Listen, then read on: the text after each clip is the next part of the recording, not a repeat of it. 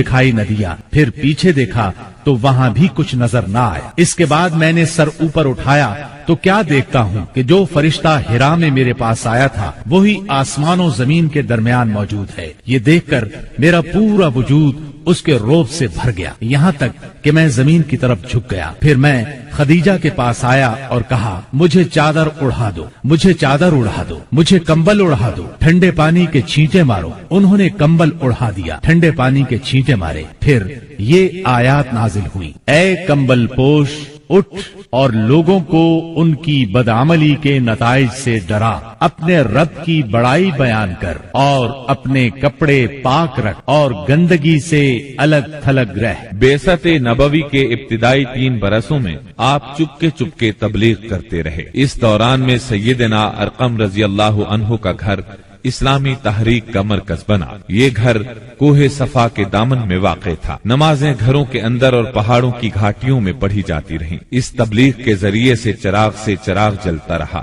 آپ نے سب سے پہلے ان لوگوں کو تبلیغ فرمائی جن کے آپ کے ساتھ تعلقات تھے۔ آپ کو اپنے ان قریبی ساتھیوں کی طرف سے مایوسی کا سامنا نہیں کرنا پڑا۔ عورتوں میں آپ کی زوجہ سیدہ خدیجہ رضی اللہ عنہا، غلاموں میں زید بن حارثہ رضی اللہ عنہ، مردوں میں سیدنا ابو بکر صدیق رضی اللہ عنہ اور لڑکوں میں سیدنا علی رضی اللہ عنہ نے سب سے پہلے اسلام قبول کیا۔ خفیہ دعوت و تبلیغ کا یہ سلسلہ قریباً 3 سال تک جاری رہا۔ اس عرصے میں جن حضرات نے اسلام قبول کیا ان کے نام یہ ہیں: بلال بن رباح، عثمان بن عفان، زبیر بن عوام، عبد الرحمن بن عوف، طلحہ بن عبید اللہ، سعد بن ابی وقاص، عمرو بن انبسہ، خالد بن سعد بن عاص، عمار بن یاسر، خباب بن ارت، ابو عبیدہ بن جراح، سعید بن زید، جعفر بن ابی طالب، عبداللہ بن مسعود، ابو سلمہ، عثمان بن مظعون، صہیب رومی اور ارقم رضی اللہ عنہم۔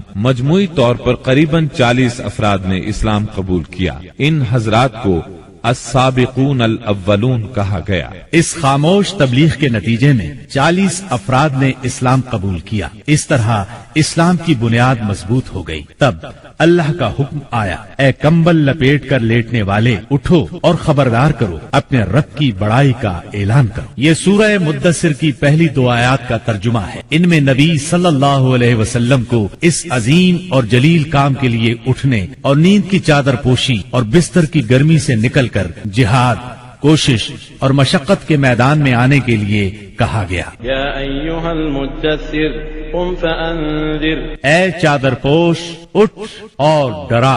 گویا کہا جا رہا ہے جسے اپنے لیے